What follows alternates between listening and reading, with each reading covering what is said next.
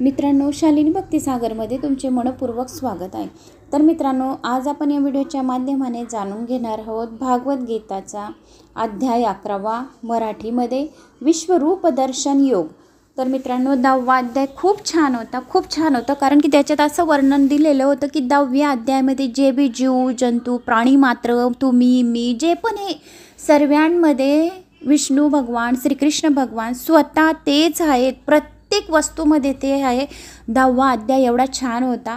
मी जास्त म्हणजे खूप काही सांगितलं नाही तर काही मी माझ्या मनाने जो माझ्यामध्ये टॅलेंट आहे या जे मला काही माहिती आहे त्याबद्दल मी तुम्हाला सांगत राहते। तर मी खूप कमी टायमामध्ये तुम्हाला भागवत गीता मराठीमध्ये ऐकवलेली आहे। तर सर्वांनी ऐकण्याचे करावे, जास्तीत जास्त जणांना शेअर करण्याचे करावे आणि माझा आत्मविश्वास वाढवायचे करावे। एक लाईक, चॅनलला सबस्क्राईब, कुठून कोणत्या गावाहून आणि कमेंट्स नक्की करावी। देवरगाव, बीड, मुंबई, अहमदनगर, अहमदाबाद, भरपूर पुणे, नाशिक, डोंबिवली, काही अजून सुटल्या असतील पण भरपूर गावांच्या, तरी पण कमेंट्स या बाकीच्या कमेंट्स ज्या आहेत त्या गेल्या वर्षापासून 2 वर्षापासून डेलीच्या रूटीनमध्ये म्हणून नावं तोंडातच राहतात। देवरगाव, बीड वगैरे, मुंबई, सुनीता वगैरे जे काही बाकीचे गावं ते त्यांचे नावं टाकतात ते की आमचं नाव हे आहे। तर ते रोज वाचून प्रियंका असे जे नावं आहेत ते वाचून तोंडातच आले म्हणून बोलली। पण बऱ्याच काही जणांच्या तुमच्या कमेंट्स येतात, तर अशाच कमेंट्स करत राहा आणि माझा आत्मविश्वास वाढवत राहा, म्हणजे मला दुसरा व्हिडिओ बनवायला प्रेरणा मिळते। तर आता आपण अध्याय विश्वरूप दर्शन काय आहे, विष्णू भगवानांचा श्रीकृष्ण भगवानांचा संवाद, अर्जुन आणि श्रीकृष्णाचा संवाद, ते आपण कथा आता ऐकणार आहोत। श्री गणेशाय नमो नमः। श्री गणेशाय नमो नमः। अर्जुन म्हणाला, माझ्यावर कृपा करण्यासाठी आपण जो अत्यंत गुप्त अध्यात्मविषयक उपदेश मला केला त्याने माझे हे अज्ञान नाहीसे झाले आहे। कारण हे कमलदल नाही ना, मी आपल्याकडून भूतांची उत्पत्ती आणि प्रलय विस्तारपूर्वक ऐकले आहेत, तसेच आपला अविनाशी प्रभावही ऐकला आहे। हे परमेश्वरा, आपण आपल्याविषयी जसे सांगत आहात ते बरोबर तसेच आहे। हे पुरुषोत्तमा, आपले ज्ञान, ऐश्वर्य, शक्ती, बल, वीर्य आणि तेज यांनी युक्त ईश्वरी स्वरूप मला प्रत्यक्ष पाहण्याची इच्छा आहे। हे प्रभू, जर मला आपले ते रूप पाहता येईल असे आपल्याला वाटत असेल तर हे योगेश्वरा, त्या अविनाशी स्वरूपाचे मला दर्शन घडवा। भगवान श्रीकृष्ण म्हणाले, हे पार्था, आता तू माझी शेकडो हजारो नाना प्रकारची, नाना रंगाची आणि नाना आकाराची अलौकिक रूप पहा। हे भारता, माझ्यामध्ये आदित्यांच्या 12 पुत्रांना, 8 वसूंना, 11 रुद्रांना आणि 2 अश्विनी कुमारांना बघ आणि 49 मरुदगणांना पहा। तसेच आणखीही पुष्कळशी यापूर्वी न पाहिलेली आश्चर्यकारक रूपे। हे अर्जुना, आता माझ्यामध्ये शरीरात एकत्र असलेले चराचरसह संपूर्ण जग बघ। मग इतरही जे काही तुला पाहण्याची इच्छा असेल ते सुद्धा पहा, परंतु मला तू तुझ्या चर्मक्षणे खात्रीने पाहू शकणार नाहीस, म्हणून मी तुला दिव्य दृष्टी देतो। तिच्या साह्याने तू माझ्या अंतरात्मामध्ये ईश्वरी योग शक्ती बघ। संजय म्हणाले, हे महाराज, महायोगेश्वर आणि सर्व पापांचा नाश करणाऱ्या भगवंतांनी असे सांगून मग पार्थाला परम ऐश्वर्ययुक्त दिव्य स्वरूप दाखवले। अनेक तोंडे, अनेक डोळे, अनेक आश्चर्यकारक दर्शन, पुष्कळशा दिव्य अलंकारांनी विभूषित आणि पुष्कळशी दिव्य शस्त्रे हातात घेतल्या, दिव्य माळा आणि वस्त्रे धारण केलेल्या, तसेच दिव्य गंधांनी विभूषित, सर्व प्रकारच्या आश्चर्यांनी युक्त अनंत स्वरूप, सर्व बाजूंना तोंडे असलेले विराट स्वरूप परमदेव परमेश्वरला अर्जुनाने पाहिले। आकाशात 1000 सूर्य एकदम उगवले असता जो प्रकाश पडेल तोही त्या विश्वरूप परमात्म्याचा प्रकाश इतका कदाचितच होईल, म्हणजे होणार। पांडवाने, पांडुपुत्र, त्यावेळी अनेक प्रकारात विभागले संपूर्ण जग देवादिदेव भगवान श्रीकृष्णाच्या त्या शरीरात एकत्रित असलेले पाहिले। त्यानंतर तो आश्चर्यचकित झालेला व अंगावर रोमांच उभे राहिलेला धनंजय प्रकाशमय विश्वरूप परमात्म्याला श्रद्धा भक्तीसह मस्तकाने प्रणाम करून हात जोडून म्हणाला। अर्जुन म्हणाला, हे देवा, मी आपल्या दिव्य देहात संपूर्ण देवांना तसेच अनेक भूतांच्या समुदायांना, कमळाच्या आसनावर विराजमान झालेल्या ब्रह्मदेवांना, शंकरांना, सर्व ऋषींना तसेच दिव्य सर्पांना पाहत आहे। हे संपूर्ण विश्वाचे स्वामी, मी आपल्याला अनेक बाहू, पोटे, तोंडे आणि डोळे असलेले तसेच सर्व बाजूंनी अनंत रूपे असलेले पाहत आहे। हे विश्वरूपा, मला आपला ना अंत दिसत आहे, न मध्य दिसत आहे, न आरंभ दिसत आहे. मी आपल्याला मुकुट घातलेले, गदा शंखचक्र गदा धारण केलेले, सर्व बाजूंनी प्रकाशमय तेज मला फक्त दिसत आहे आणि अतिशय कठीण, सर्व दृष्टीने अमर्यादा असे पाहत आहे. मला काहीच दिसत नाही आहे. फक्त तुम्ही शंखचक्र गदा धारण करून मुकुट कर्तव्यमणी घातलेले दिसत आहे. आपणच जाणण्यायोग्य जोगे परब्रह्मा परमात्मा आहात. आपणच या जगाचे परम आधार आहात. आपणच अनादी धर्मरक्षक आहात. आपणच अविनाशी सनातन पुरुष आहात असे मला वाटते. आपण आदी मध्य आणि अंत नसलेले, अनंत सामर्थ्याने युक्त, अनंत बाहू असलेले सूर्य चंद्र हे ज्याचे नेत्र आहेत, पेटलेल्या अग्नीसारखे ज्याचे मुख आहे आणि आपल्या तेजाने या जगाला तापवणारे असे आहेत असे मला दिसते. हे महात्मन, हे सर्व स्वर्ग आणि पृथ्वी यांच्यामधील आकाश आणि सर्व दिशा फक्त आपण एकट्यानेच व्यापून टाकले आहेत. आपले हे अलौकिक आणि भयंकर रूप पाहून तिन्ही लोक अत्यंत भयभीत झाले आहे. तेच देवताचे समुदाय आपल्या शिरत आहे आणि काही भयभीत होऊन हात जोडून आपल्या नावाचे व गुणांचे वर्णन करीत आहे. तसेच महर्षी व सिद्ध यांचे समुदाय सर्वांचे कल्याण होवो अशी मंगलाशा करून उत्तमोत्तम स्तोत्र म्हणून आपली स्तुती करत आहे. 11 रुद्र, 12 आदित्य, तसेच 8 वसु, साध्यगण, विश्वदेव, 2 अश्विनी कुमार, मरुद्गण आणि पितरांचे समुदाय, तसेच गंधर्व, यक्ष, राक्षस आणि सिद्धांचे समुदाय आहेत. ते सर्व चकित होऊन आपल्याकडे पाहत आहे. हे महाभाव, आपले अनेक तोंडे, अनेक डोळे, अनेक हात, मांड्या व पाय असलेले, अनेक बोटाचे आणि अनेक दाढांमुळे अतिशय भयंकर असे महान रूप पाहून सर्व लोक व्याकुळ होत आहे. तसेच मीही व्याकुळ होत आहे. कारण हे विष्णू, आकाशाला जाऊन भिडलेल्या तेजस्वी अनेक रंगांनी युक्त पसरलेली तोंडे व तेजस्वी विशाल डोळे यांनी युक्त अशा आपल्याला पाहून भयभीत अंतकरण झालेले माझे धैर्य व शांती नाहीशी झाली आहे. दाढांमुळे भयानक व प्रलय काळाच्या अग्नीसारखे प्रज्वलित आपले तोंडे पाहून मला दिशा कळेनाशे झाल्या असून माझे सुखही हरपले आहे. म्हणून हे देवादिदेवा, हे जगनिवासा, आपण प्रसन्न व्हा. हे सर्व धृतराष्ट्राचे पुत्र राजसमुदायासह आपल्यात प्रवेश करीत आहे आणि पितामह भीष्म, द्रोणाचार्य, तसेच तो कर्ण आणि आमच्या बाजूंच्याही प्रमुख योद्ध्यासह सगळेच आपल्या दाढांमुळे भयंकर दिसणाऱ्या तोंडात मोठ्या वेगाने धावत जात आहे. कित्येक डोकी चिरलेले आपल्या दातांच्या फटीत अडकलेले दिसत आहे. ज्याप्रमाणे नद्यांचे पुष्कळसे जलप्रवाह स्वाभाविकच समुद्राच्याच दिशेने धाव घेतात, अर्थात समुद्रात प्रवेश करतात, त्याचप्रमाणे ते मनुष्य लोकातील वीर आपल्या प्रज्वलित तोंडात शिरत आहे. जसे पतंग नष्ट होण्यासाठी पेटलेल्या अग्नीत अतिशय वेगाने धावत शिरतात, तसे जे सर्व लोकही स्वतःच्या नाशासाठी आपल्या तोंडात अतिशय वेगाने धावत प्रवेश करीत आहे.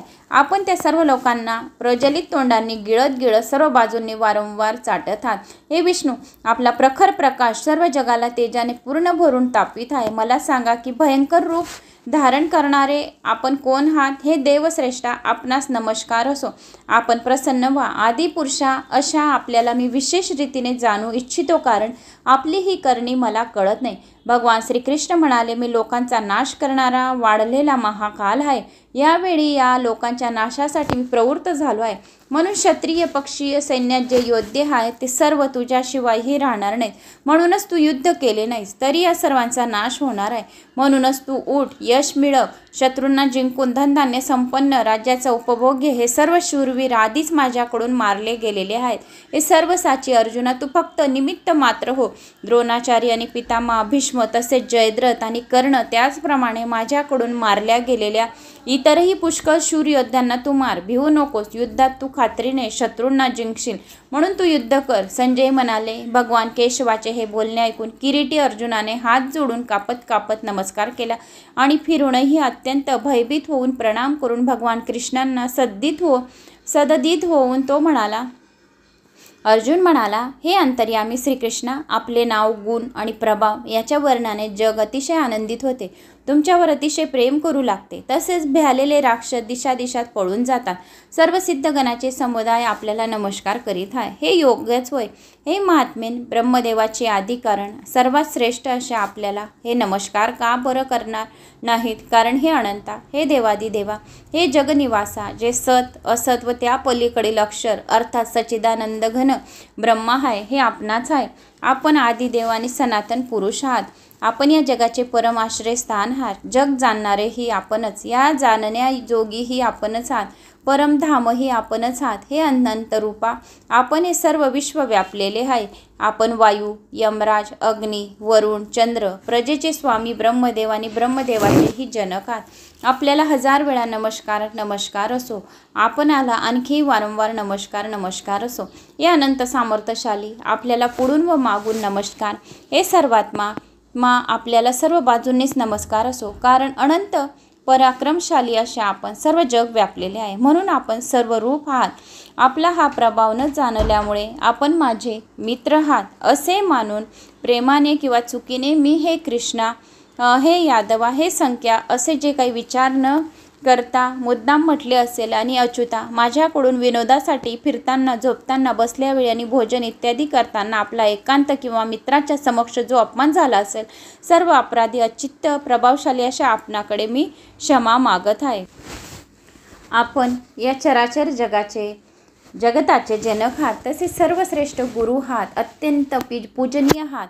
हे अतुलनीय प्रभावा, त्रैलोक्यात आपल्या बरोबरीचा कोणी दुसरा नाही. मग आपल्याहून श्रेष्ठ कसा असू शकेल बरं? म्हणूनच हे प्रभू, मी आपल्या चरणावर शरीराने लोटांगण घालून नमस्कार करतो. अशा आपण ईश्वराने प्रसन्न व्हावा म्हणून प्रार्थना करीत आहे. हे देवा, वडील जसे पुत्राचे मित्र, जसे मित्राचे पती आणि जसे आपले प्रियतम पत्नीचे अपराध सहन करतात, तसेच आपणही माझे अपराध सहन करावेत आणि मला क्षमा करावी. पूर्वी न पाहिलेले आपले हे आश्चर्यकारक रूप पाहून मी आनंदित झालो आहे. माझे मन भीतीने अतिशय व्याकुळही होत आहे. म्हणून आपण मला हे चतुर्भुज विष्णू रूपच दाखवा. हे देवेशा, हे जगतनिवासा, हे जगदीशा, हे जनार्दना, हे अच्युता दानंदा, माझ्यावर प्रसन्न व्हा. मी पाहिल्यासारखेच आपणाला मुकुट धारण केलेले, तसे शंखचक्र गदा हातात घेतलेले पाहू इच्छितो. विश्वस्वरूपा, हे सहस्रबाहू व्हा, आपण त्याच चतुर्भुज रूपाने प्रकट व्हा. भगवान श्रीकृष्ण म्हणाले, हे अर्जुना, मी तुझ्यावर अनुग्रह करण्यासाठी आपल्या योगशक्तीच्या प्रभावाने हे माझे परम तेजोमय सर्वांचे आदिसीमा नसलेले विराट रूप तुला दाखवले. ते तुझ्याशिवाय दुसरा कोणीही यापूर्वी पाहिले नव्हते. हे अर्जुना, मानव लोकात अशा प्रकारचा विश्वरूपधारी मी वेदांच्या आणि यज्ञांच्या अध्ययाने, दानाने, वैदिक कर्माने, उग्र तपश्चर्याने तुझ्याखेरीज दुसऱ्यांकडून पहिले जाणे शक्य नाही. माझ्या या प्रकारचे भयंकर रूप पाहून तू भयभीत होऊ नकोस किंवा गोंधळून पण जाऊ नकोस. तू भीती सोडून दे. प्रीतियुक्त अंतकरणाने हे माझे शंख चक्र गदा धारण केलेले चतुर्भुज रूप डोळे भरून पहा. संजय म्हणाला, भगवान वासुदेवाने अर्जुनाला असे सांगून पुन्हा तसलेच आपले चतुर्भुज रूप दाखवले आणि पुन्हा महात्म्यांनी श्रीकृष्णांनी सौम्य रूप धारण करून भयभीत अर्जुनाला धीर दिला. अर्जुन म्हणाला, हे जनार्दना, आपले हे अतिशय शांत मनुष्य रूप पाहून आता माझे मन स्थिर झाले. मी माझ्या मूळ स्थितीला प्राप्त झालो आहे. जो कोणी आणि हा कथा, ही अध्याय ऐकेल त्याला सुद्धा माझ्या विश्वरूप चतुर्भुज रूपाचे दर्शन केल्याचे पुण्यफळाची प्राप्ती होईल. मग भगवान श्रीकृष्ण म्हणाले, माझे जे चतुर्भुज रूप तू पाहिले आहेस ना, ते पाहावयास मिळणे अतिशय दुर्लभ आणि दुर्लभ आहे. देवसुद्धा नेहमी या रूपाच्या दर्शनासाठी वाट बघत असतात आणि जो कोणी या अध्याय, या कथाचा नुसतं श्रवण करतो तरी त्याचे सर्व पापे जळून भस्म होतात. तू जसे मला पाहिलेस तशा माझ्या चतुर्भुज रूपाचे दर्शन वेदांनी, तपांनी, दानांनी, यज्ञांनीही मिळणे शक्य नाही. परंतु हे परतपा अर्जुना, अनन्य भक्तीने या प्रकारच्या चतुर्भुज रूपधारी मला प्रत्यक्ष पाहणे, प्रवेश करणे, माझ्या हृदयात एकरूप होणे शक्य आहे. हे पांडवा, जो पुरुष केवळ माझ्याचसाठी कर्तव्य करतो, मलाच परमाश्रय मानतो, माझाच भक्त आसक्त रहित असतो आणि सर्व भूत मात्राविषयी निर्भय असतो, तो अनन्य भक्त मलाच प्राप्त होतो. तर हा असा 11वा अध्याय विश्वरूप चतुर्भुज रूप दर्शन शंखचक्र गदा हस्ते विष्णू रूपांचे विश्वरूप दर्शन योगाची कथा होती. जो खूप भाग्यवान आहे त्यालाच हे विश्वरूप दर्शन कथा ऐकायला मिळेल. सहजासहजी ही कथा कोणालाच ऐकायला मिळणार नाही. ज्याच्या पदरी खूप काही जन्माचे पुण्य आहे त्यालाच हे विश्वरूप विष्णू भगवानांचे चतुर्भुज रूपाची कथा ऐकायला मिळेल. आता आपण 12व्या अध्यायाला सुरुवात करूया. श्री गणेशाय नमो नमः. भक्तियोग. अर्जुन म्हणाला, जे अनन्य प्रेमी भक्तजन पूर्वी सांगितलेले आपल्या भजन कीर्तन ध्यानात निरंतर मग्न राहून आपणा सगुण रूप परमेश्वराची आणि दुसरे जे केवळ अविनाशी सच्चिदानंद निराकार ब्रह्माचीच अतिश्रेष्ठ भावाने उपासना करतात, त्या दोन्ही प्रकारच्या भक्तांमध्ये अतिशय उत्तम योगवेते कोण होते? भगवान श्रीकृष्ण म्हणाले, माझ्या ठिकाणी मन एकाग्र करून निरंतर माझ्यात भजन ध्यानात रत झालेले जे भक्तजन अतिशय श्रेष्ठ श्रद्धेने युक्त होऊन मज सगुण रूप परमेश्वराला बसतात, ते मला योग्यमधील अतिउत्तम योगी वाटतात. परंतु जे पुरुष इंद्रिय समूहाला चांगल्या प्रकारे ताब्यात ठेवून मन बुद्धीच्या पलीकडे असणाऱ्या सर्वव्यापी अवर्णीय स्वरूप आणि नेहमी एकरूप असणाऱ्या नित्य अचल निराकार अविनाशी सच्चिदानंद ब्रह्माची निरंतर एक भावनेने ध्यान करीत उपासना करतात, ते सर्व भूतमात्राच्या कल्याणात तत्पर आणि सर्वांच्या ठिकाणी समान भाव ठेवणारे योगी मलाच येऊन मिळतात. सच्चिदानंद निराकार ब्रह्मा चिंत गुंतलेल्या त्या पुरुषांच्या साधनात कष्ट जास्त आहे, कारण देहाचा अभिमान असणाऱ्याकडून अव्यक्त ब्रह्माची प्राप्ती कष्टानेच होत असते. परंतु जे मतपरायण भक्तजन सर्व कर्म माझ्या ठिकाणी अर्पण करून मज सगुण रूप परमेश्वराचीच अनन्य भक्ती योगाने निरंतर चिंतन करीत उपासना करतात, हे पार्था, त्या माझ्या चिंत गुंतवलेल्या प्रेमी भक्ताचा मी तात्काळ मृत्यूरूप संसार सागरातून उद्धार करणारा होतो. माझ्यातच मन ठेव, माझ्या ठिकाणी बुद्धी स्थापन कर, म्हणजे मग तू खरोखर माझ्यातच राहशील, यात मुळीच संशय नाही. जर तू माझ्यात मन निश्चय ठेवायला समर्थ नसशील तर हे धनंजया, अभ्यासरूप योगाने मला प्राप्त होण्याची इच्छा कर. जर तू वर सांगितलेल्या अभ्यासालाही असमर्थ असशील तर केवळ माझ्याकरता कर्म करायला परायण हो. अशा रीतीने माझ्यासाठी कर्म केल्यानेही माझ्या प्राप्तीची सिद्धी तू मिळवशील. जर माझ्या प्राप्तिरूप योगाचा आश्रय करून वर सांगितलेले साधन करायलाही तू असमर्थ असशील तर मन बुद्धी इत्यादीवर विजय मिळवणारा होऊन सर्व कर्माचा फळांचा त्याग कर. मर्म न जाणता केलेल्या अभ्यासापेक्षा ज्ञान श्रेष्ठ आहे, ज्ञानापेक्षा मज परमेश्वर श्रेष्ठ आहे, परमेश्वराचे ध्यान श्रेष्ठ आहे, ध्यानापेक्षाही सर्व कर्मांच्या फळाचा त्याग श्रेष्ठ आहे, कारण त्यागाने ताबडतोब परम शांती मिळते. जो कोणत्याही भूतांचा द्वेष न करणारा, स्वार्थरहित सर्वांवर प्रेम करणारा व अकारण दया करणारा, माझेपणा व मीपणा नसलेल्या, दुःखात व सुखात समभाव असलेल्या आणि क्षमवान म्हणजे अपराध करणाऱ्यालाही अभय देणारा असतो.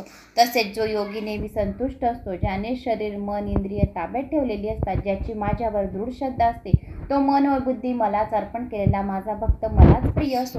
ज्याच्यापासून कोणत्याही जीवाला उद्रेक होत नाही, तसेच ज्याला कोणत्याही जीवाचा उद्रेक होत नाही, जो हर्ष आहे, मत्सर आहे, भीती आहे, उद्योग आहे इत्यादीपासून मुक्त असतो, तो भक्त मलाच प्रिय असतो. ज्याला कशाची अपेक्षा नाही, जो अंतर्बाह्य शुद्ध चतुर तटस्थ आणि दुःखमुक्त आहे, असा कर्तव्याचा अभिमान न बाळगणारा माझा भक्त मलाच प्रिय आहे. जो कधी हर्षयुक्त होत नाही, द्वेष करीत नाही, शोक करीत नाही, इच्छा करीत नाही, तसा जो शुभ अशुभ सर्व कर्माचा त्याग करणारा आहे, भक्तियुक्त पुरुष मलाच प्रिय आहे. जो शत्रू मित्र मान अपमान याविषयी समभाव बाळगतो, तसेच थंडी ऊन सुख दुःख इत्यादी द्वंद्वात ज्याची वृत्ती सारखीच राहते आणि आसक्ती नसते, ज्याला निंदास्तुती सारखीच वाटते, जो ईश्वर स्वरूपाचे मनन करणारा असतो, जो काही मिळेल त्याने शरीर निर्वाह होण्याने नेहमी समाधानी असतो, निवासस्थानाविषयी ज्याला ममता किंवा आसक्ती नसते, तो स्थिर बुद्धी असणारा भक्तिमान पुरुष मलाच प्रिय असतो.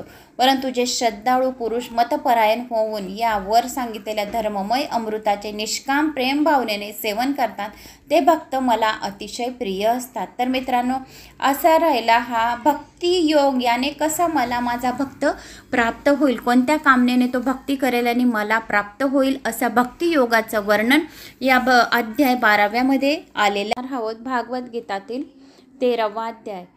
तर क्षेत्रज्ञ विभाग योग आहे हा अध्याय. तर सर्वांनी ऐकावा. श्री गणेशाय नमो नमः. भगवान श्रीकृष्ण म्हणाले, हे कार्तिके, कुंतीपुत्र अर्जुन, हे शरीर क्षेत्रज्ञ या नावाने संबोधले जाते आणि याला जो जाणतो त्याला त्याचे तत्व जाणणाऱ्या ज्ञानी लोक क्षेत्रज्ञ असे म्हणतात. हे भारता, तू सर्व क्षेत्रज्ञामध्ये क्षेत्रज्ञ अर्थात जीवात्मा ही मला समज आणि क्षेत्र व क्षेत्रज्ञ अर्थात विकारसहित प्रकृती व पुरुष यांना जे तत्व जाणावे ते ज्ञान आहे असे माझे मत आहे. ते क्षेत्रज्ञ जे आणि जसे आहे तसेच ज्या विकारांनी युक्त आहे आणि ज्या कारणांपासून जे झाले आहे, तसेच तो क्षेत्रज्ञ ही जो आणि ज्या प्रभावाने युक्त आहे तो सर्व थोडक्यात माझ्याकडून आहे. हे क्षेत्र आणि क्षेत्रज्ञाचे तत्व ऋषींनी पुष्कळ प्रकारांनी सांगितले आहे आणि निरनिराळ्या वेद मंत्रांतूनही विभागपूर्वक सांगितले गेले आहे. तसेच पूर्णपणे निश्चय केलेले युक्त आणि ब्रह्मसूत्राच्या पदांनीही सांगितले आहे. 5 महाभूते, अहंकार, बुद्धी आणि मूळ प्रकृती, तसेच 10 इंद्रिय, 1 मन आणि 5 इंद्रियाचे विषय अर्थात शब्द, स्पर्श, रूप, रस आणि गंध, तसेच इच्छा, द्वेष, सुख, दुःख, स्थूल देहाचा पिंड, चेतना आणि धृती, अशा प्रकारे विकारासहित हे क्षेत्र थोडक्यात सांगितले गेले आहे.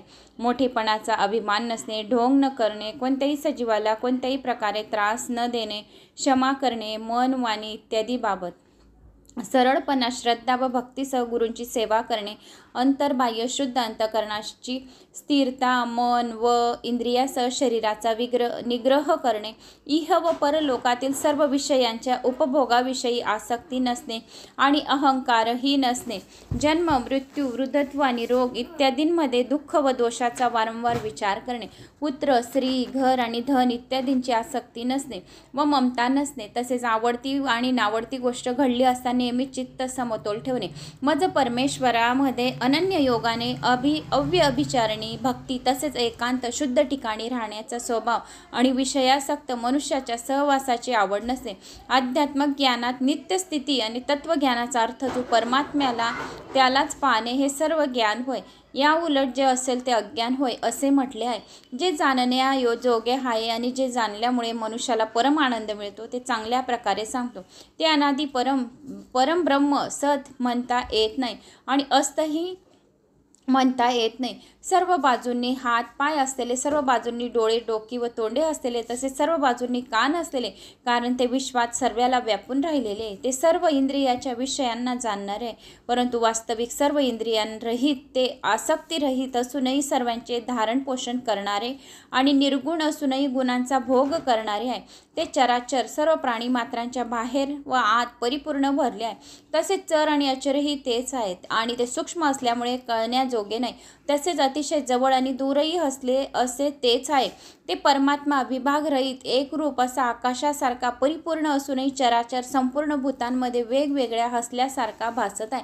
तसाच तो जाण्याजोगे परमात्मा विष्णू रूपाने भूताचे धारण पोषण करणारा, रुद्र रूपाने संहार करणारा आणि ब्रह्म रूपाने सर्वांना उत्पन्न करणारा तो परमज्योती परब्रह्म तोच आहे. अशा प्रकारे क्षेत्र तसेच ज्ञान जाणण्याजोगे परमात्म्याचे स्वरूप थोडक्यात सांगितले आहे. माझे भक्त तत्व जाणून माझ्या स्वरूपालाच प्राप्त होतात. ह्या देहात असलेला आत्मा वास्तविक परमात्माच आहे. तो साक्षी असल्यामुळे उपद्रष्टा आणि खरी संमती देणारा म्हणून भरता, जीवरूपाने भोगता, ब्रह्मदेव इत्याचीही स्वामी असल्याने महेश्वर आणि शुद्ध सच्चिदानंदन असल्यामुळे परमात्मा म्हटले गेले आहे. अशा रीतीने पुरुषाला आणि गुणासहित प्रकृत्याला जो मनुष्य तत्व जाणतो तो सर्व प्रकारे कर्तव्य करीत राहतो आणि त्यानंतर तो पुन्हा जन्माला येत नाही. या परमात्माला काही जण शुद्ध झालेले सूक्ष्म बुद्धीने ध्यानाच्या योगाने हृदयात पाहतात. दुसरे काही जण ज्ञान योगाच्या द्वारे आणि इतर कितीतरी लोक कर्मयोगाच्या द्वारे पाहतात, म्हणजेच प्राप्त करून घेतात. म्हणून हे भरतवर्षा, हे अर्जुना, जेवढे म्हणून स्थावर जंगम प्राणी उत्पन्न होतात ते सर्व क्षेत्रज्ञ संयोगानेच उत्पन्न होतात आणि सर्वांमध्ये मीच आहे. आणि जो पुरुष सर्व कर्म सर्व प्रकारे प्रकृतीकडून केली जाणारी असे पाहतो, आत्मा अकर्ता आहे असे पाहतो, तोच खरा व्यक्ती असतो. ज्या क्षणी हा पुरुष भूताचे निरनिराळे भाव एका परमात्म्यालाच प्राप्त करून घेतात आणि परमात्म्यापासून सर्व भूतांचा विस्तार करतात, त्यानंतर ते सर्व कोणी प्राणी ते मलाच भेटतात. ज्याप्रमाणे सर्वत्र व्यापलेले आकाश सूक्ष्म असल्या कारणाने लिप्त होत नाही, त्याचप्रमाणे देहात सर्वत्र व्यापून असलेला आत्मा निर्गुण असल्या कारणाने देहाच्या गुणांनी लिप्त होत नाही. हे भरत अर्जुना, एकच सूर्य या संपूर्ण ब्रह्मांडाला प्रकाशित करतो, त्याचप्रमाणे एकच आत्मा संपूर्ण क्षेत्राला प्रकाशित करतो. अशा प्रकारे क्षेत्र यातील भेद तसेच कार्यासह प्रकृतीपासून मुक्त होण्याचा मार्ग ज्ञान दृष्टीने जे पुरुष तत्व जाणतात ते महात्मा परब्रह्म परमात्म्याला म्हणजेच मलाच प्राप्त होतात. मित्रांनो, आता आपण श्री भागवत गीतामधला 14वा अध्यायाला सुरुवात करणार आहोत. तर आतापर्यंत आपले बरेच काही अध्याय ऐकले गेले आहेत आणि बरेच काही ज्ञानाची प्राप्ती झालेली आहे. तर आता हा 14वा अध्याय गुणत्रय विभाग योग आहे. श्री गणेशाय नमो नमः. भगवान श्रीकृष्ण म्हणाले, ज्ञानातीलही अतिउत्तम हे परम ज्ञान मी तुला पुन्हा सांगतो. जे जाणल्याने सर्व मुनिजन आणि संसारातून मुक्त होऊन परमसिद्धी पावतात. जो ऐकतो वाचतो त्याला सुद्धा सर्व संसारातून मुक्त होऊन मोक्षाची प्राप्ती मिळते आणि ते मलाच येऊन मिळतात. हे ज्ञान धारण करून माझ्या स्वरूपाला प्राप्त झालेले पुरुष सृष्टीच्या आरंभी सृष्टीला पुन्हा जन्माला येत नाही. म्हणून हे भारता, हे अर्जुना, माझी मदब्रह्म रूप मूळ प्रकृती संपूर्ण भूताची योनी म्हणजे गर्भधारणा करण्याचे स्थान आहे आणि मी त्या योनीच्या ठिकाणी चेतन समुदाय रूप गर्भाची स्थापना करतो, जे जड चेतन संयोगाने सर्व भूताची उत्पत्ती होते. हो कौतुका, नाना प्रकारच्या सर्व जातीत जितके शरीरधारी प्राणी उत्पन्न होतात त्या सर्वांचा गर्भधारण करणारी माता प्रकृती आहे आणि बीज स्थापन करणारा पिता मी आहे. हे महाभायो अर्जुना, सत्वगुण, रजोगुण आणि तमोगुण या प्रकृतीपासून उत्पन्न झालेले तिन्ही गुण अविनाशी जीवात्म्याला शरीरात बांधून ठेवतात. हे निष्पाप अर्जुना, या 3 गुणामधील सत्वगुण निर्मळ असल्यामुळे प्रकाश उत्पन्न करणारा आणि विकाररहित आहे. सुखासंबंधीच्या आणि ज्ञानसंबंधीच्या अभिमानाने बांधतो.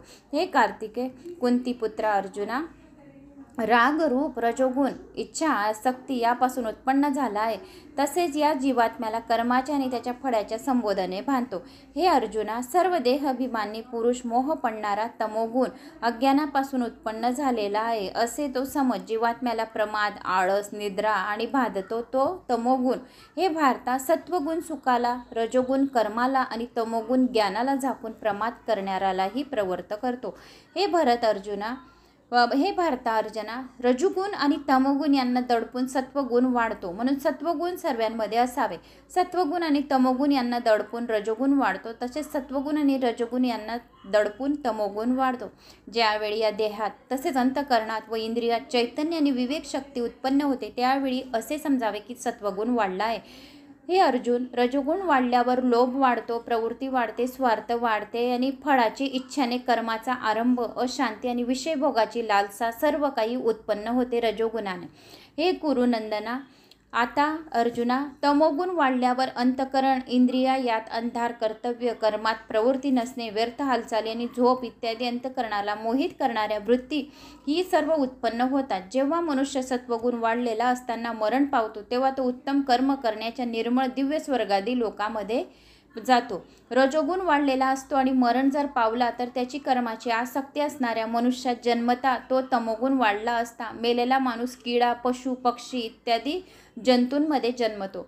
श्रेष्ठ सात्विक कर्माचे अर्थात सुख आणि ज्ञान, वैराग्य इत्यादी निर्मळ फळ सांगितले आहे. राजस कर्माचे फळ दुःख, तसेच तामस कर्माचे फळ अज्ञान सांगितले. सत्वगुणापासून ज्ञान उत्पन्न होते, रजोगुणापासून निसंशयपणे लोभ उत्पन्न होतो, तमोगुणापासून मोह उत्पन्न होतो आणि अज्ञानही उत्पन्न होतो. सत्वगुणात असलेले पुरुष स्वर्गाती उच्च लोकांना जातात. रजोगुणात असलेले पुरुष मध्य लोकात म्हणजे मनुष्य लोकात राहतात. तमोगुणाचे कार्य असलेले निद्रा, प्रमाद आणि आळस इत्यादी रत असलेले तामसी पुरुष अधोगतीला अर्थात कीटक व पशु इत्यादी नीच जातीमध्ये नरकात जातात. ज्यावेळी द्रष्टा तिन्ही गुणाशिवाय दुसरा कोणीही करता नाही असे पाहतो आणि तिन्ही गुणांच्या अत्यंत पलीकडे असणाऱ्या सच्चिदानंद घनस्वरूप माझ्या स्वरूपाला प्राप्त होतो. हा पुरुष शरीराच्या आणि उत्पत्तीला कारण असलेल्या या तिन्ही गुणांना लघुगुणून जन्म, मृत्यू, वार्धक्य आणि सर्व प्रकारच्या दुःखांपासून मुक्त होऊन परमानंदाला प्राप्त होतो. अर्जुन म्हणाला, या तिन्ही गुणांच्या पलीकडे गेलेला पुरुष कोणकोणत्या लक्षणांनी युक्त असतो आणि त्याचे आचरण कशा प्रकारचे असते. तसेच हे प्रभू श्रीकृष्णा, मनुष्य कोणत्या उपायांनी या 3 गुणांच्या पलीकडे जातो. भगवान श्रीकृष्ण म्हणाले, हे पांडवा, हे पांडुपुत्रा अर्जुना, जो पुरुष सत्वगुणाचे कार्यरूप प्रकाश, रजोगुणाचे कार्यरूप प्रवृत्ती, तमोगुणाचे कार्यरूप मोह प्राप्ती झाली असता त्याचा विषाद मानत नाही, प्राप्त झाली नाही तर त्याची इच्छा करीत नाही, जो साक्षीरूप राहून गुणाकडून विचलित केला जाऊ शकत नाही, गुणच गुणावंत वावरत आहे असे समजून जो सच्चिदानंद घन परमात्म्यात एकरूप होऊन राहतो त्या स्थितीपासून कधी ढळत नाही, जो पुरुष निरंतर आत्मभावात राहून दुःख सुख समान मानतो, माती, दगड आणि सोने यांना सारखेच मानतो, ज्याला आवडती व नावडती गोष्ट सारखीच असते. जो ज्ञानी आहे स्वतःची निंदा स्वतःची स्तुती त्याला समान वाटते. जो मान अपमान सारखाच मानतो, ज्याची मित्र व शत्रू दोघांविषयी समान वृत्ती असते, तसेच सर्व कार्यात ज्याला मी करणारा असा अभिमान नसतो त्याला गुणातीत म्हणतात. आणि जो पुरुष अव्यभिचारी योग भक्ती योगाने मला निरंतर बसतो तो सदा या तिन्ही गुणांना पूर्णपणे उल्लंघून सच्चिदानंद घन ब्रह्माला प्राप्त होण्यास मदत होते. कारण त्या अविनाशी परब्रह्माचा अमृताचा नित्य धर्माचा आणि अखंड एकरस आनंदाचा आश्रय मीच आहे. तर अशा या भागवद्गीतातल्या 14व्या अध्यायामध्ये गुणत्रय विभाग योग सांगितलेला आहे. आता आपण पुढच्या 15वा अध्याय ऐकणार आहोत, पुरुषोत्तम योग. तर भगवान श्रीकृष्ण म्हणाले, आदी पुरुष परमेश्वर रूपी मूळ असलेल्या ब्रह्मदेव रूप मुख्य फांदी असलेल्या ज्या संसार स्वरूप अश्वत्थ वृक्षाला अविनाशी म्हणतात, तसेच हे वेद ही ज्यांची पाने म्हटली गेली आहे त्या संसार रूप वृक्षाला जो पुरुष मुळासहित तत्व जाणतो तो वेदाच्या तात्पर्य जाणणार आहे. म्हणून सर्वात वृक्षांमध्ये पूजनीय वृक्ष अश्वत्थ वृक्ष म्हणजे पिंपळाचे वृक्ष. म्हणून या पिंपळाच्या वृक्षामध्ये माझा स्वतःचा वास आहे असे श्रीकृष्णाने स्वतः सांगितलेले आहे. त्या संसार वृक्षाच्या तिन्ही गुण रूपांनी पाण्याने वाढलेल्या तसंच विषयभोग रूप अंकुराचे देव मनुष्य आणि पशु पक्षादी योनी रूप फांद्या खाली वर सर्वत्र पसरल्या आहेत. तसेच मनुष्य योनीत कर्मानुसार बांधणारी ममता आणि वासना रूपी मुळेही खाली वर सर्व लोकात व्यापून राहिलेली आहेत. हे संसार वृक्षाचे स्वरूप जसे सांगितले आहे तसे येथे विचार काळी आढळत नाही, कारण याचा आदी नाही अंत नाही, तसेच उत्तम प्रकारे स्थिरता नाही. म्हणून या अहता ममता आणि वासनारूपी अतिशय घट्ट मुळे असलेल्या संसाररूपी अश्वत्थ वृक्षाला बळकट वैराग्य रूप शस्त्राने कापून त्यानंतर ते परमपदरूप परमेश्वराला चांगल्या प्रकारे शोधले पाहिजे, जेथे गेलेले पुरुष संसारात परत येत नाही. आणि ज्या परमेश्वरापासून या प्राचीन संसार वृक्षाची प्रवृत्ती परंपरा विस्तार पावली आहे त्या आदी पुरुष नारायणाला मी शरण आलो आहे अशा दृढ निश्चयाने त्या परमेश्वराचे मनन आणि निधयास्तन केले पाहिजे. ज्याचे मान व मोह नष्ट झाले आहे, ज्यांनी आसक्तीरूप दोष जिंकला आहे, ज्यांची परमात्म्याच्या स्वरूपात नित्य स्थिती असते आणि ज्याच्या कामना पूर्णपणे नाहीशा झाल्या आहेत, ते सुख आणि दुःख नावाच्या द्वंद्वापासून मुक्त झालेले ज्ञानी जन आणि त्या अविनाशी परमपदाला पोचतात. ज्या परमपदाला पोचल्यावर माणसे फिरून या संसारात येत नाही त्या स्वयंप्रकाशी परमपदाला ना सूर्य प्रकाशित करू शकतो ना चंद्र ना अग्नी, तेच माझे परमधाम आहेत. या देहात असणारा हा सनातन जीवात्मा माझाच अंश आहे. तोच प्रकृती स्थित मनाला आणि 5 इंद्रियांना आकर्षित करतो. वारा वासाच्या वासून वास घेऊन स्वतःबरोबर नेतो, तसाच देहांतिकाचा स्वामी जीवात्माही ज्या शरीराचा त्याग करतो त्या शरीरातून मन सहित इंद्रिय बरोबर घेऊन नवीन मिळणाऱ्या शरीरात हा जीवात्मा कान डोळे त्वचा जीभ नाक आणि मन यांच्या आश्रयाने विषयांचा उपभोग घेतो. शरीर सोडून जात असताना किंवा शरीरात राहत असतात किंवा विषयाचा भोग घेत असतात किंवा 3 गुणांनी युक्त असतात. अज्ञानी लोक ओळखत नाही, केवळ ज्ञानरूपी दृष्टी असलेले विवेकी ज्ञानीच लोक ओळखतात. योगीजनही आपल्या हृदयात असलेले आणि आत्म्याला प्रयत्नांनीच तत्व जाणतात, परंतु ज्यांनी आपले अंतःकरण शुद्ध केले नाही असे अज्ञानी लोक प्रयत्न करूनही आत्मस्वरूपाला जाणत नाही. सूर्यामध्ये राहून ते तेज सर्व जगाला प्रकाशित करते, तेच तेज चंद्रात आहे आणि तेच तेज अग्नीत आहे, ते माझेच तेज आहे असे तू जाण. आणि मीच पृथ्वी शिरून आपल्या शक्तीने सर्व भूतांना धारण करतो आणि रसरूप अर्थात अमृतमय चंद्र होऊन सर्व वनस्पतीचे पोषण करतो. मीच सर्व प्राण्यांच्या शरीरात राहणारा प्राण व अपान यांनी संयुक्त वैश्वानर नर अग्निरूप होऊन 4 प्रकारचे अन्न पोचवतो. मीच सर्व प्राण्यांच्या हृदयात अंतर्यामी होऊन राहिलो आहे. माझ्यापासूनच स्मृती ज्ञान आणि अपहोन ही होतात. सर्व वेदांकडून मीच जाणण्यास योग्य आहे. तसेच वेदांतांचा कर्ता आणि वेदांना जाणणारा सुद्धा मीच आहे. या विश्वात नाशवान आणि अविनाशी असे 2 प्रकारचे पुरुष आहेत. त्यामध्ये सर्व भूतमात्राची शरीरे हा नाशवान आणि जीवात्मा हा अविनाशी म्हटला जातो.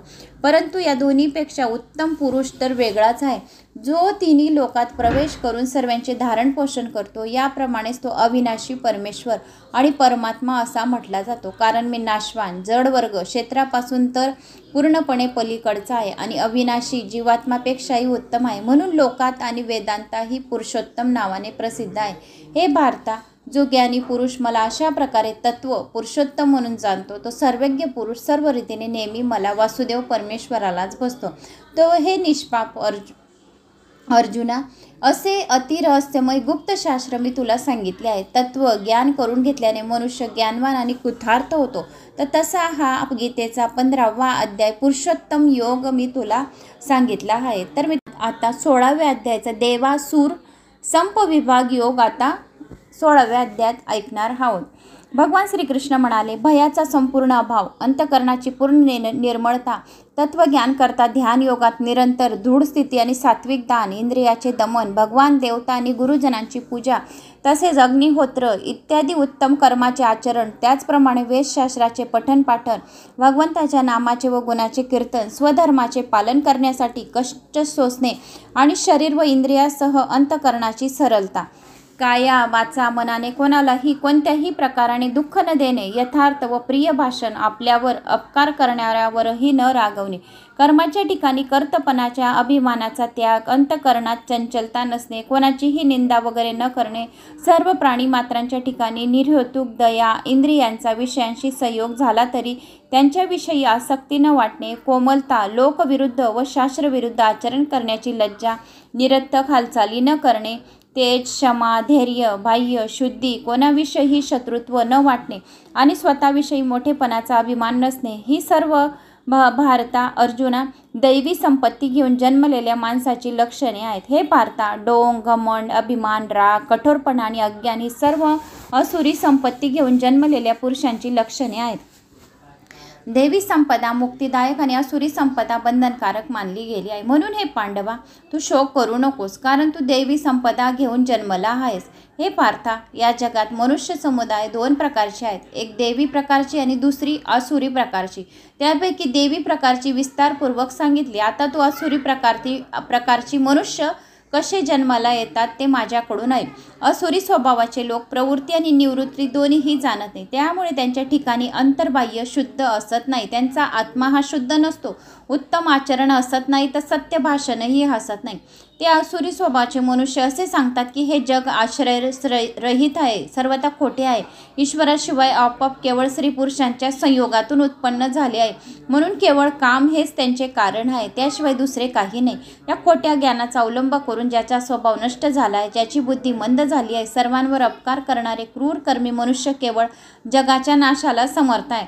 हे दंभ, मान, मद यांनी युक्त असलेले मनुष्य कोणत्याही प्रकारे पूर्ण न होणाऱ्या कामनांचा आश्रय घेऊन अज्ञानाने खोटे सिद्धांत स्वीकारून भ्रष्ट आचरण करीत जगात वावरत असतात. तसेच ते आमरणात असंख्य चिंताचे ओझे घेतलेले विषय भोगण्यात तत्पर असलेले हाच काय तो आनंद आहे असे मानणारे असतात. शेकडो अंशाच्या पाशांनी बांधले गेलेले ते मनुष्य काम क्रोधात बुडून जाऊन विषय भोगासाठी अन्यायाने द्रव्यादी पदार्थांचा संग्रह करण्याचा प्रयत्न करीत असतात. हे विचार करतात की मी आज हे मिळवले आहे, आता मी हा मनोरथ पूर्ण करीन, माझ्याजवळ हे इतके द्रव्य आहे आणि पुन्हा सुद्धा हे मला मिळेल. या शत्रूला मी मारले, त्या दुसऱ्या शत्रूंनाही मीच मारेन, मी ईश्वर आहे, ऐश्वर्य भोगणारा आहे, मी सर्व सिद्धींना युक्त आहे आणि बलवान पण मीच आहे, मी मोठा धनिक आहे आणि मोठ्या कुळात जन्मलेला आहे, माझ्यासारखा दुसरा कोण आहे, मी यज्ञ करीन, दाने देईन, मजेत राहीन. अशा प्रकारे अज्ञानाने मोहित झालेले, अनेक प्रकारांनी भांतचित्त झालेले, अत्यंत आसक्त असे असुरी लोक महा अपवित्र नरकात पडतात. ते स्वतःला श्रेष्ठ मानणारे घमंडीखोर लोक धन आणि मान यांच्या मदाने उन्मत्त होऊन केवळ नावांच्या यज्ञाने पाखंडीपणा शास्त्रविधीन यज्ञ करतात. हे अहंकार, बळ, घमंड, कामना आणि क्रोधाधिकाच्या आहारी गेलेले आणि दुसऱ्यांची निंदा करणारे पुरुष आपल्या व इतरांच्या शरीरात असलेले मज अंतर्यामाचा द्वेष करणारे असतात. त्या द्वेष करणाऱ्या, पापी, क्रूर कर्म करणाऱ्या नराधामांना मी संसारात वारंवार असुरी योनीतच टाकतो. हे कार्तिके, अर्जुन, ते मूळ मला न प्राप्त होता जन्मजन्मी असुरी योनीतच जन्मतात, उलट त्याहूनच अतिनीच गतीला प्राप्त होतात, अर्थात घोर नरकात पडतात. काम, क्रोध आणि लोभ हे 3 प्रकारची नरकाची द्वारे आत्म्याचा नाश करणारी, अर्थात त्याला अधोगतीला नेणारी आहे, म्हणून त्या 3 त्याग करावा. हे कार्तिके, अर्जुन, या कुंतीपुत्र अर्जुन, अर्थात कुंतीपुत्र अर्जुन या तिन्ही नरकाच्या द्वारापासून मुक्त झालेला पुरुष आपल्या कल्याणाचे आचरण करतो, त्याने तो परमगती मिळवतो, अर्थात मला येऊन मिळतो. जो मनुष्य शास्त्राचे नियम सोडून स्वतःच्या मनाने वाटेल तसं वागतो त्याला सिद्धी मिळत नाही, त्याला धन धान्य पण मिळत नाही, सुखही मिळत नाही, परमगतीसुद्धा मिळत नाही. तो हमेशा दुःख दारिद्र्य राहतो. नियमानुसार, मी सांगितलेल्या नियमानुसार जो वागतो त्याच्यावर लक्ष मी खूप प्रसन्न राहते. म्हणून तुला कर्तव्य आणि अकर्तव्य याची व्यवस्था लावण्यासाठी शास्त्र प्रमाण आहे असे जाणून तू शास्त्रविधीने नेमलेले कर्म करणे योग्य समज. तर मित्रांनो, या 15व्या अध्यायात श्रीकृष्णाने अर्जुनाला सर्व शास्त्र कर्म कसे वागावे, कसे जन्माला येते ते सांगितले आहे. तर आता आपण 17व्या अध्यायाला सुरुवात करणार आहोत. श्री गणेशाय नमो नमः. भगवद्गीता अध्याय 17वा. श्रद्धात्रय विभाग योग. अर्जुन म्हणाला, हे श्रीकृष्णा, जी माणसे शास्त्रविधीला सोडून श्रद्धेने युक्त होऊन देवदेविकांचे पूजन करतात त्यांची मग स्थिती कोणती, सात्विक, रजस की तामस? भगवान श्रीकृष्ण म्हणाले, मनुष्याची ती शास्त्रीय संस्कार नसलेली केवळ स्वभावता उत्पन्न झालेली श्रद्धा सात्विक, राजस व तामस अशा 3 प्रकारची असते. ती तू माझ्याकडून ऐक. अर्थात सर्व माणसांची श्रद्धा त्यांच्या अंतःकरणारूप असते. हा पुरुष श्रद्धामय आहे, म्हणून जो पुरुष ज्या श्रद्धेने युक्त आहे तो स्वतःही तोच आहे. श्रद्धेनुसार त्याचे स्वरूप असते. सात्विक माणसे देवाची पूजा करतात, राजस माणसे राक्षसांची, तसेच तामस माणसे ती भूत आणि गणांची पूजा करतात. जी माणसे शास्त्रविधी सोडून केवळ मनाच्या कल्पनेने घोर तप करतात, दंभ, अहंकार, कामना, अति बळाचा अभिमान यांनी युक्त असतात, जे शरीराच्या रूपात असलेले भूत समुदायाला आणि अंतःकरणात राहणाऱ्याला मलाही कृश करणारे असतात. हे अज्ञानी लोक आसुरी स्वभावाचे असतात. भोजनही सर्वांना आपापल्या प्रकृतीप्रमाणे 3 प्रकारचे प्रिय असते. तसेच यज्ञ, तप, दान 3 प्रकारचे आहेत. त्यांचे हे निरनिराळे भेद आहेत ते तू माझ्याकडून ऐक. आयुष्य, बुद्धी, बळ, आरोग्य, सुख आणि प्रीती वाढवणारे, रसयुक्त, स्निग्ध, स्थिर राहणारे, स्वभावता मनाला प्रिय वाटणारे असे भोजनाचे सात्विक पुरुषांना प्रिय असतात. कडू, आंबट, खारट, फार गरम, तिखट, कोरडे, जळजळणारे, दुःख, काळजी व रोग उत्पन्न करणारे असतात. जे पदार्थ कोणत्या गुणाला आवडतात आणि कोणते कसे पदार्थ आपण सेवन केले पाहिजे, आता हे श्रीकृष्ण भगवान अर्जुनाला सांगतात. आयुष्य, बुद्धी, बळ, आरोग्य, सुख आणि प्रीती वाढवणारे, रसयुक्त, स्निग्ध, स्थिर राहणारे, स्वभावात मनाला प्रिय वाटणारे असे भोजन पदार्थ सात्विक पुरुषांना प्रिय असतात. त्यांना सुख आणि प्रीती वाढवणारे रसयुक्त स्निग्ध पदार्थ हे कोणत्या या सात्विक पुरुषांना, सत्व पुरुषांना आवडतात. आणि राजस माणसांना काय आवडतं? जे राजासारखे गर्व करतात, अहंकार करतात, त्यांना कडू, आंबट, खारट, फार गरम, तिखट असे पदार्थ त्यांना आवडतात. जो राजस माणस असतात, राजस माणसं असतात, या बाया असतात, तर जो असे पदार्थ खातो त्याला काळजी, दुःख, रोग आणि उत्पन्न होतं. जो कोणी असे पदार्थ खातं, कडू, आंबट, खारट, फार गरम आणि तिखट, कोरडे, त्यांना दुःख, काळजी आणि रोग उत्पन्न होतात असे पदार्थ खाल्ले तर. जे भोजन कच्चे करतं, रस नसलेले, दुर्गंध येणारे, शिळे, उष्टे असते, जे अपवित्रही असते, ते भोजन तामस लोकांना आवडतात. जो शास्त्रविधीने नेमून दिलेला यज्ञ करणे कर्तव्य आहे असे मनाचे समान करून फळाची इच्छा न करणाऱ्या पुरुषांकडून केला जातो तो सात्विक यज्ञ होय. परंतु हे भरतश्रेष्ठा अर्जुना, हे कुंतीपुत्रा, केवळ दिखाव्यासाठी किंवा फळही नजरेसमोर ठेवून जो यज्ञ केला जातो तो यज्ञ राजस समज. शास्त्राला सोडून अन्नदान न करता, मंत्राशिवाय दक्षिणा न देता, श्रद्धा न ठेवता केल्या जाणाऱ्या यज्ञाला तामस यज्ञ म्हणतं. देव, ब्राह्मण, गुरु, ज्ञानी यांची पूजा करणे पवित्र, सरळपणा, ब्रह्मचर्य आणि अहिंसा, शारीरिक तप म्हटले जाते. जे दुसऱ्याला न बोचकणारे, प्रिय, हितकारक आणि यथार्थ भाषण असते. वेदशास्त्रांचे पठन, परमेश्वराचा नाम जपाचा अभ्यास हेच वाणीचे तप म्हटले जाते.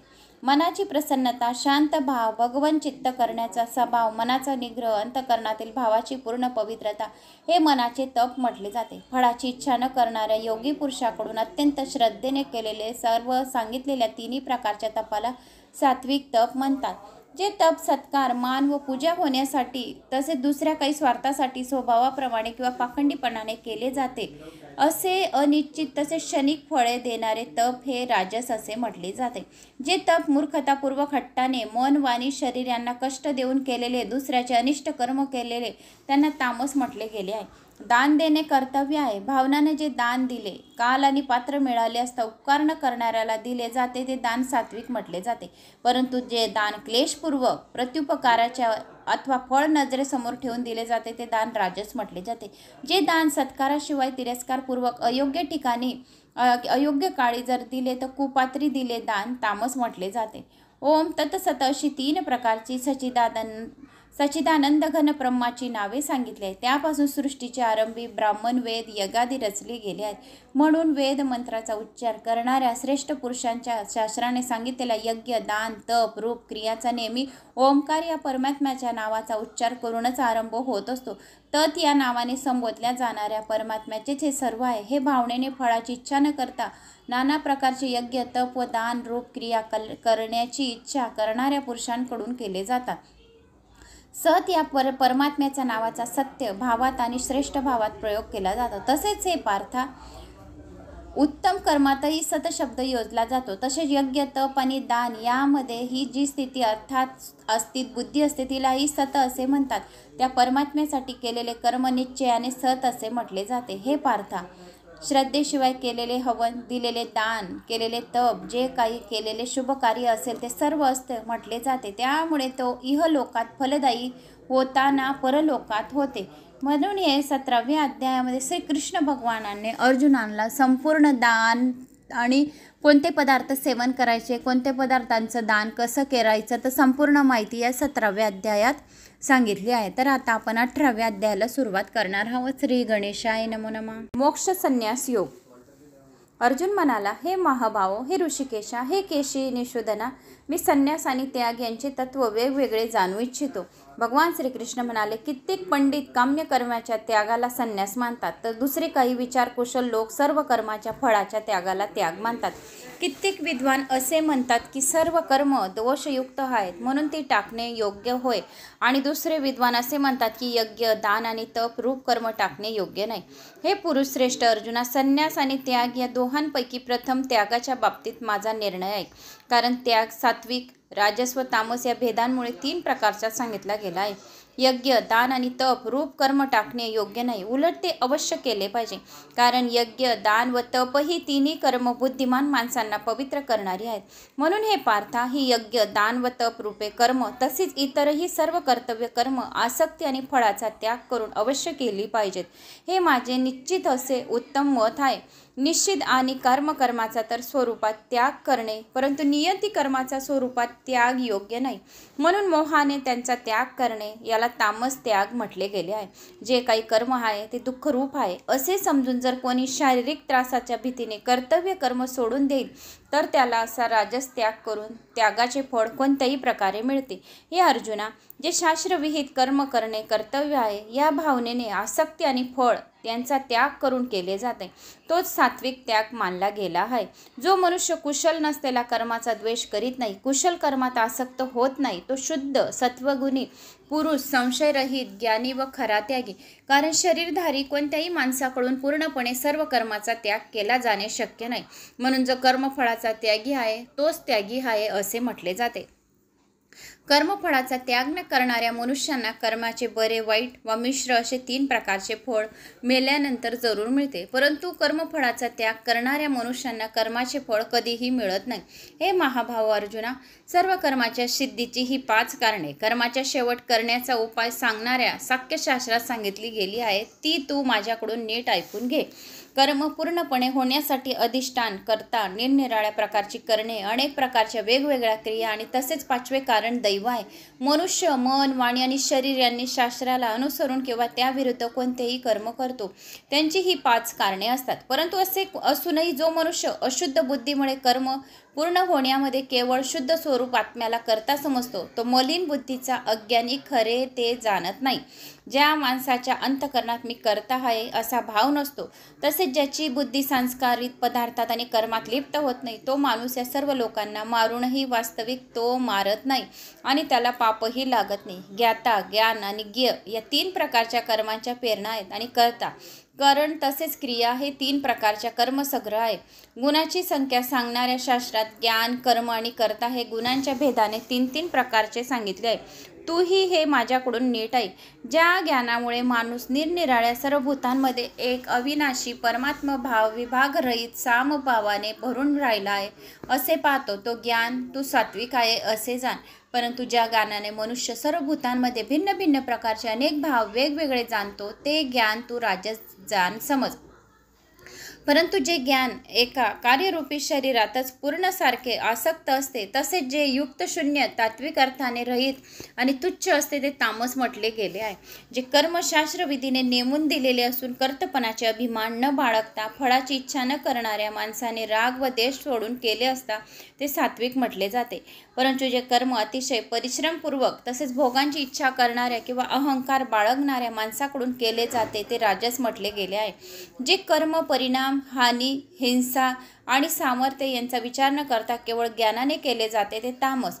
जो करता आसक्तीने बाळगणारा, मी माझे न म्हणणारा, धैर्य व उत्साहाने युक्त, कार्यसिद्ध हो वा न हो त्याविषयी हर्ष शोकांदी विकारांनी रहित असलेला असतो, तो सात्विक म्हटला जातो. जो करता आसक्ती असलेल्या कर्माची फळाची इच्छा बाळगणारा, लोभी, इतरांना पीडा देण्याचा स्वभाव असलेला, अशुद्ध आचरणाचा आणि हर्ष शोक यांनी युक्त असतो, जो राजस म्हटला जातो. जो करता अयुक्त, अशिक्षित, घमंडखोर, धूर्त, दुसऱ्यांची जीवनवृत्ती नाहीशी करणारा, शोक करणारा, आळशी आणि दीर्घसूत्री असतो, तो तामस म्हटला जातो. हे धनंजया, आता बुद्धीचे व धुतीचे गुणानुसार 3 प्रकारचे भेद माझ्याकडून पूर्णपणे विभागपूर्वक सांगितले जात आहे, ते तू नीट ऐक. हे पार्था, जी बुद्धी प्रवृत्ती मार्ग, निवृत्ती मार्ग, कर्तव्य, अकर्तव्य, भय, अभय तसेच बंधन, मोक्ष यथार्थपणे जाणते, ती सात्विक बुद्धी होय. हे पार्था, मनुष्य ज्या बुद्धीमुळे धर्म व अधर्म तसेच कर्तव्य व अकर्तव्य यथायोग्य रीतीने जाणत नाही, ती बुद्धी राजसी होय. हे पार्था, तमोगुणाने व्यापलेली जी बुद्धी अधर्मालाही हा धर्म आहे असे मानते, तसेच याच रीतीने इतर सर्व पदार्थांनाही विपरीत मानते, ती बुद्धी तामसी होय. हे पार्था, ज्या अव्यभिचारिणी धारण शक्तीने मनुष्य ध्यान योगाने मन, प्राण, इंद्रिय यांच्या क्रिया धारण करीत असते, ती धारणा सात्विक होय. हे पार्था अर्जुना, फळाची इच्छा असलेला मनुष्य अति आसक्तीमुळे ज्या धारण शक्तीने धर्म, अर्थ व काम यांना धारण करतो, ती धारणा राजसी होय. हे पार्थ, दुष्ट बुद्धीचा मनुष्य ज्या धारण शक्तीमुळे झोप, भीती, काळजी, दुःख, उन्मत्तपणाही सोडत नाही, अर्थात धारण करून राहतो, ती धारणा तामसी होय. हे अर्जुना, अशा 3 प्रकारचे सुखही तू माझ्याकडून ऐक. ज्या सुखात साधक भजन, ध्यान, सेवा इत्यादी अभ्यासाने रमतो, ज्यामुळे त्याचे दुःख नाहीसे होते. हे अर्जुना, सुख 3 प्रकारचे आहेत, तर सुख माझ्याकडून ऐक. ज्या सुखात साधक भजन, ध्यान, सेवा इत्यादी अभ्यासाने रमतो आणि ज्यामुळे त्याचे दुःख नाहीसे होते. जे आरंभी विषाप्रमाणे वाटले तरी परिणामी अमृताप्रमाणे असते. परमात्मा विषयक बुद्धीच्या प्रसादाने उत्पन्न होणारे सुख सात्विक म्हटले गेले आहे. जे सुख विषय आणि इंद्रिय यांच्या संयोगाने उत्पन्न होते, ते प्रथम भोगताना अमृतासारखे वाटत असते, तरी परिणामी विषासारखे असते, म्हणून ते सुख राजस म्हटले गेले आहे. जे सुख भोगकाळी आणि परिणामी आत्म्याला मोह पडणारे असते, ते झोप, आळस आणि प्रमाद यापासून उत्पन्न झालेले सुख तामस म्हटले गेले आहे. पृथ्वीवर आकाशात किंवा देवात तसेच यांच्याशिवाय इतरत्र कोठेही असा कोणताच प्राणी किंवा पदार्थ नाही की जो प्रकृतीपासून उत्पन्न झालेला नाही, तर या 3 गुणांनी रहित असेल. परतपा, ब्राह्मण, क्षत्रिय, वैश्य, शूद्र यांची कर्मे स्वभावता उत्पन्न झालेल्या गुणामुळे निरनिराळी केली गेली आहेत. अंतःकरणाचा निग्रह, इंद्रियांवर ताबा ठेवणे, धर्मासाठी कष्ट सहन करणे, अंतर्बाह्य शुद्ध राहणे, दुसऱ्याच्या अपराधांना क्षमा करणे, मन, इंद्रिय, शरीर सरळ राखणे, वेदशास्त्र, ईश्वर, परलोक इत्यादीवर विश्वास ठेवणे, वेदशास्त्राचे अध्ययन अध्यापन करणे, परमात्मा तत्वाचा अनुभव घेणे, ही सर्वचे सर्व ब्राह्मणाची स्वाभाविक कर्मे आहेत. शौर्य, तेज, धैर्य, चातुर्य, युद्धातून पलायन न करणे, दान घेणे आणि स्वामीभाव ही सवेच्या सर्व क्षत्रियाचे स्वाभाविक कर्म आहेत. शेती, गोपालन आणि कर्म क्रियेविकल रूप सत्य व्यवहार ही वेश्याची स्वाभाविक कर्मे आहेत. तसेच सर्व वर्णांची सेवा करणे शुद्धाचेही स्वाभाविक कर्म आहे.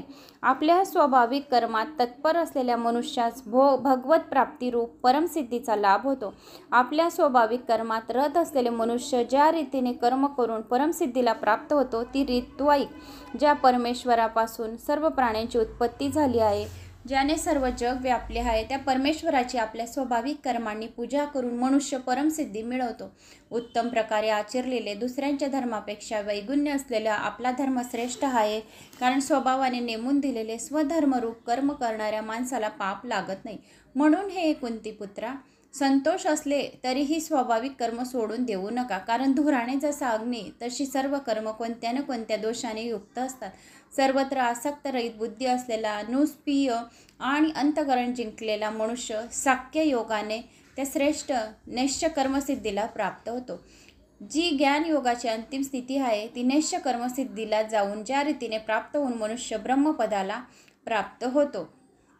विशुद्ध बुद्धीने युक्त, हलके, सात्विक आणि नियमित भोजन करणारा, शब्दादी विषयाचा त्याग करून एकांतात शुद्ध ठिकाणी राहणारा, सात्विक धारण शक्ती, अंतःकरण, इंद्रिय यांच्यावर संयम ठेवणारा, मन, वाणी आणि शरीर ताब्यात ठेवणारा, राग द्वेष पूर्णपणे नायसे करून चांगल्या प्रकारे वागणारा, अहंकार, बळ, घमंड, कामना, क्रोध, संग्रहवृद्ध त्याग करून नेहमी ध्यान योगात राहणारा, ममता रहित शांतियुक्त असा पुरुष सच्चिदानंद ब्रह्म एकरूप होऊन राहण्यास पात्र होतो. मग तो सच्चिदानंद ब्रह्मात तद्रूप झालेला प्रसन्न चित्ताची योगी कशाबद्दलही शोक करत नाही, कशाची इच्छा करत नाही. अशा सर्व प्रकारच्या ठिकाणी समभाव बाळगणारा योगी माझ्या पराभक्तीला प्राप्त होतो.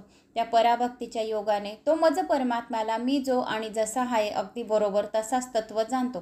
तसेच त्या भक्तीने मला तत्व जाणून त्याच वेळी माझ्यात प्रविष्ट होतो. माझ्या आश्रयाने राहणारा कर्मयोगी सर्व कर्म नेहमी करीत असला तरी माझ्या कृपेने सनातन अविनाशी परमपदाला प्राप्त होतो. सर्व कर्म मनाने माझ्या ठिकाणी अर्पण करून तसेच समबुद्धिरूप योगाचा अवलंब करून मतपरायण आणि निरंतर माझ्या ठिकाणी चित्त असलेला हो तर असे हे संपूर्ण ज्ञान श्रीकृष्ण भगवानाने अर्जुनाला सांगितले आहे.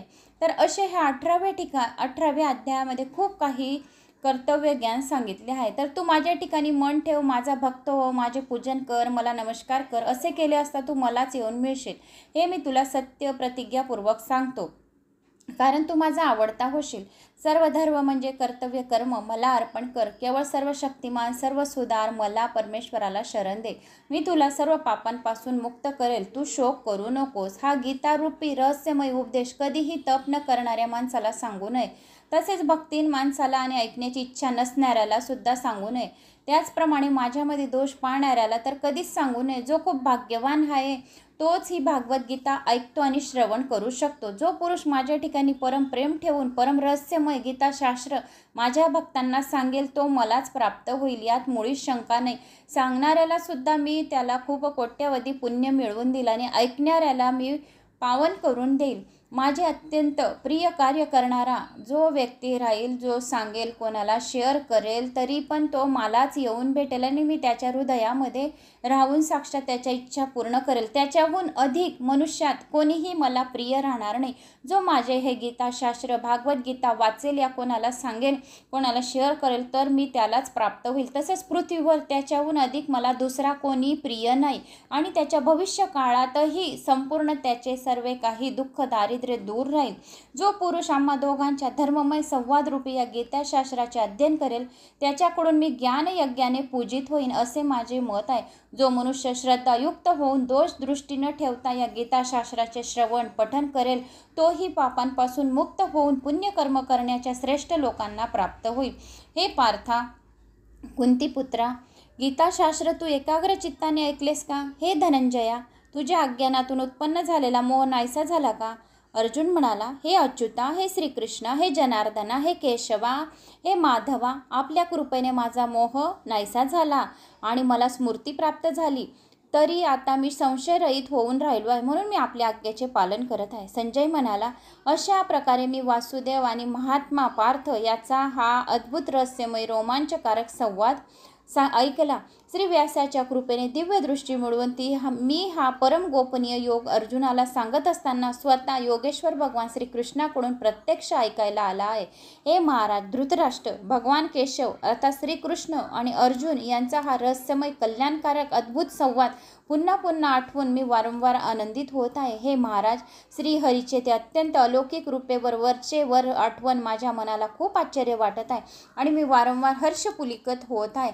जेथे योगेश्वर भगवान श्रीकृष्ण भगवान विष्णू भगवान जेथे गांधीव धनुष्य धारण करणारा पार्थ आहे, तेथे श्री विजय विभूती आणि अचल नीती आहे असे माझे मत आहे. तर असे हे 18वे अध्याय संपूर्ण संवाद श्रीकृष्ण आणि अर्जुनाचा सांगितला आहे. तर मित्रांनो, मला अशी आशा आहे की तुम्हाला माझे हे 18 अध्याय आवडले असतील. आवडल्यास एक लाईक करा, चॅनलला सबस्क्राईब करा, कुठून कोणत्या गावाहून माझा व्हिडिओ ऐकत आहोत आणि माझा आत्मविश्वास वाढवा. ओम नमो भगवते वासुदेवाय नमः कमेंट्स बॉक्समध्ये नक्की करा.